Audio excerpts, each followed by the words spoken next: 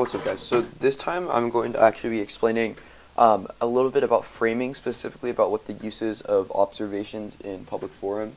And so essentially the reason I'm doing this is I think that it's pretty important that you understand not only observation specifically, but I think I'll also maybe do another one talking about cost-benefit analysis and kind of what matters in a PF round in terms of like the way that you frame it. So moving on to just kind of a broader discussion of like what framing is in public forum. So if most of you guys started doing LD, I'm pretty sure everyone did. Basically the way that LD works is you have a standard and you also have a value, and essentially the reason you're saying those is you're trying to say what matters in the round. What do you value and how do you measure essentially your success in achieving your value. And so a lot of times that can be simple. That can be we value morality, and the standard is lives, or the standard is quality of life, or the standard is whatever whatever you want to talk about. But essentially, it's kind of setting up what's going to matter in the round and how you measure who wins the round. In PF, it's a little different. So in PF, it's automatically assumed that it's cost-benefit analysis. Essentially, what that is it's just utilitarianism. Basically, is what that is whoever does the greatest good for the greatest number. And so that's kind of, it ends up being more on essentially your job towards the end of the round to start explaining what your impacts are way heavier than your opponents and why they matter more in the round. Because pretty much in public forum it's assumed that everything matters, because we're kind of looking at each of these actions as if we're almost a policymaker, but we're trying to make it, the whole goal of PF is also trying to make it as accessible as possible to anyone who might listen to this round, or anyone who's interested in the topic that you're talking about and is lay and isn't involved in debate and can go hyperspeed when you're debating. So essentially that's the biggest difference in PF, is that it's pretty much always cost-benefit analysis, and I'll kind of get into that later, but I think I want to touch specifically on observations because the next couple of topics, and really every topic, observations are really important. Essentially what an observation is you list them, you label them as in the order that you read them. So observation 1, observation 2 is kind of what you would say. So if I'm reading this, I would say observation 1, we contend that priority must be defined within the context of Congress, and I would keep reading. Essentially, the way that you read them, or the reason you're reading them, is you're trying to make it more effective, make a more effective determination for what the role and then or alternatively what the burden is for each side. So if I'm on the affirmative and I'm reading observations, I can read observations against the negative and say what their role is. I can read observations for my side and say what I have to do in order to affirm. I can read observations and talk about what my job is in the round. I can read an observation about anything that applies to what I do or don't have to do in the round. And essentially the reason that you read those is because you try and make it as strategic as possible you try and narrow it to become as strategic as possible for what you actually end up reading as your arguments, right?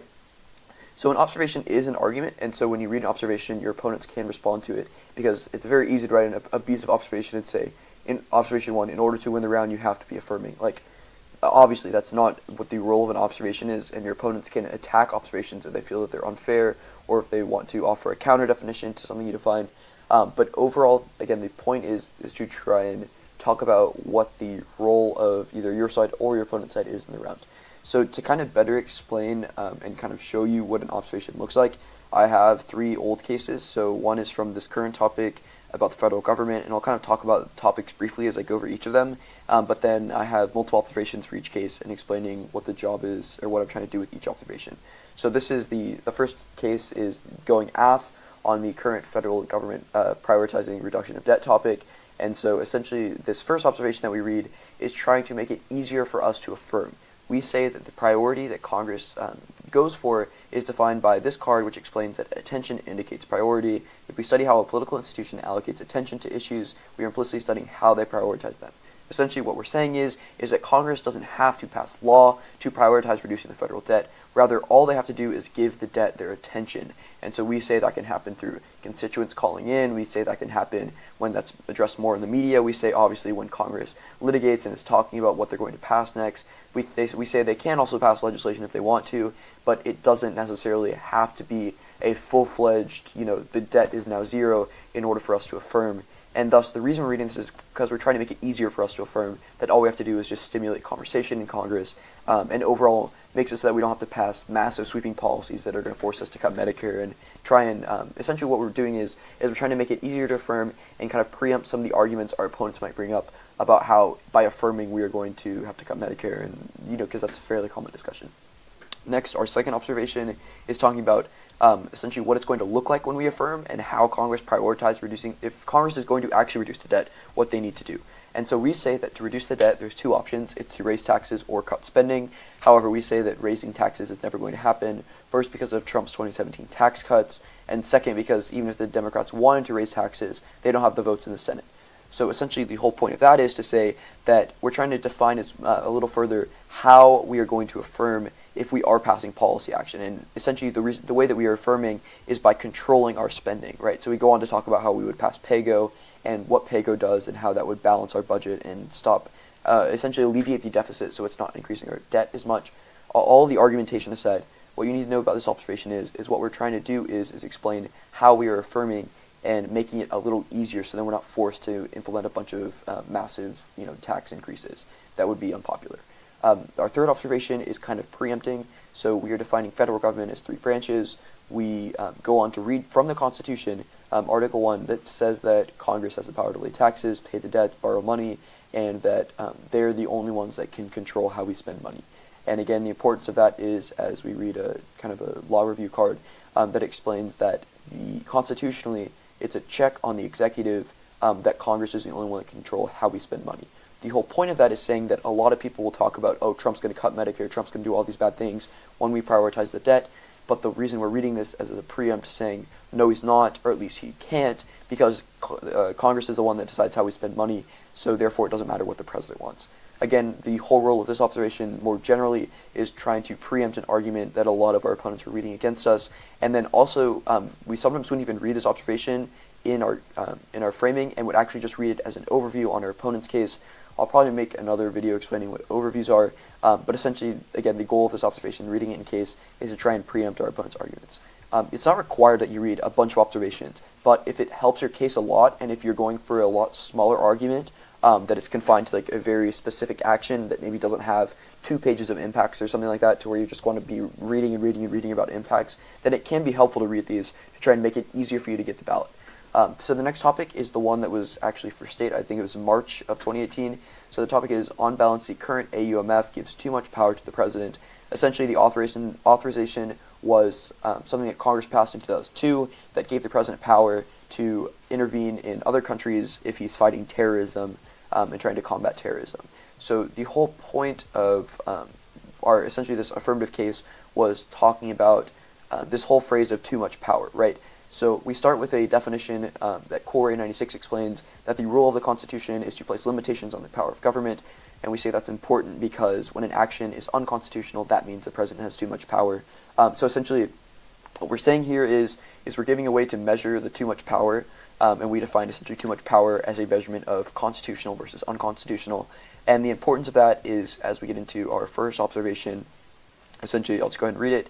In the context of the resolution, the repeal of the AUMF should not be considered in the round, along with any impacts resulting from a repeal or any impacts resulting from the current application of the AUMF, as we as debaters are asked just to evaluate the power the AUMF in the present tense gives to the executive. We are not tasked with determining how well the president has used the AUMF. So the reason we read that is because a lot of teams are talking about how the current AUMF is bad because Bush has used it poorly, because Obama used it poorly, because that's why we're still in Afghanistan, that's why we're still in, insert fight against terrorism here, and it's failing because of this. They're right that the AUMF gives the president that much power, or is enabling the president to intervene in some of these countries, but we're arguing that the topic is asking about the actual document of the AUMF that Congress wrote and passed, and we are saying that we need to look at the document and determine whether it's constitutional or not, based on solely the document, and that we also, like the AF by saying that it, or the neg by saying that it does, or that it does, if the AF says that it gives too much power, then they can't get impacts off of repealing it, because the resolution doesn't say we should repeal the AUMF, the resolution says doesn't give the president too much power. And so essentially the importance of this observation, and really the kind of defining that we do at the top as well, is for this topic, we ended up doing really well at State with this, is essentially we are trying to think differently and saying that let's talk about the policy. Let's talk about as we literally say, let's define the current like AUMF as public, like a specific public law, rather than let's just look at this whole big picture and say, the AUMF is beneficial or it's not, right? We're talking about specifically what the document says and if the document is or isn't constitutional. And so that, for us, was effective because it really frames the round and tries to show what, not only defining what the resolution is asking, but it's also making it much more specific as to what can and can't be debated in the round.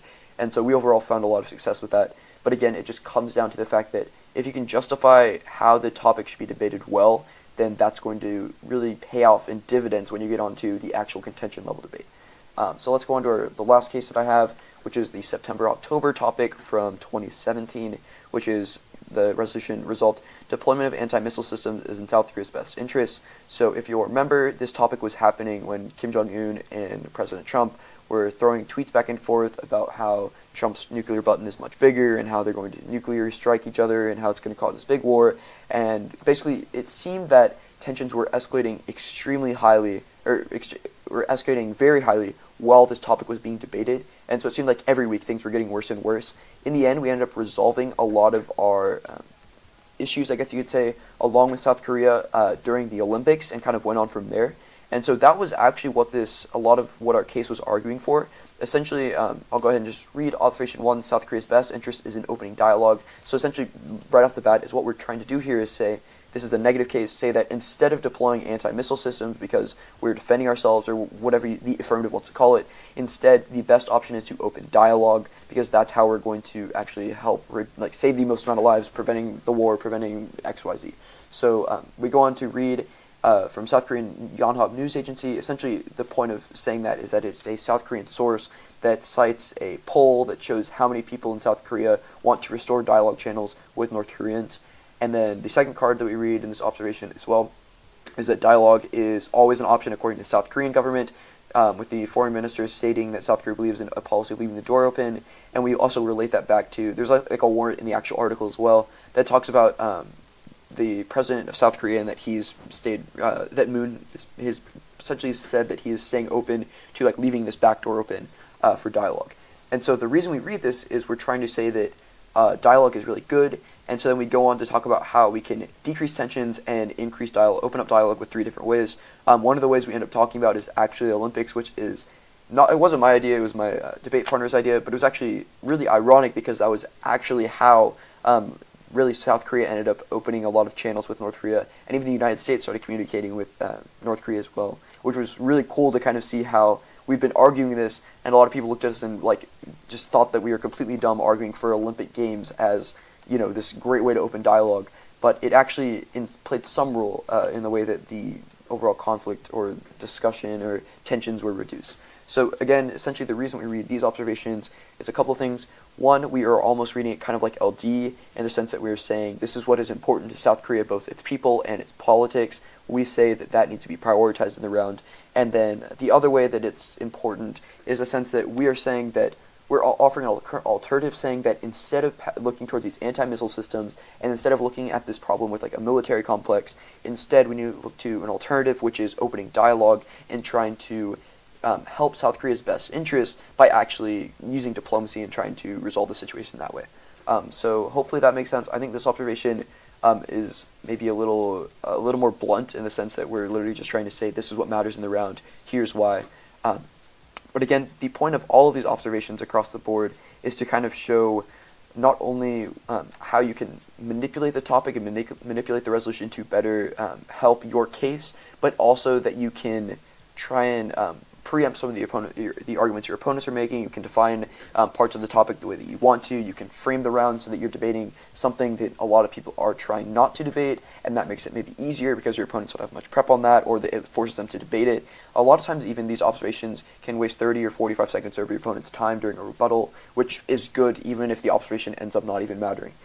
So overall, I would say that just listening to this, hopefully all of it makes sense. The goal of Overall, going back, the goal of observations is to try and set the role or the burden on either side of the debate. As I kind of showed, you can use them on yourself or you can use them on your opponent, with the overall goal of trying to make your position more effective and more advantageous. So I've showed you kind of how that can happen in different ways, but also if you guys have any questions about observations, just let me know.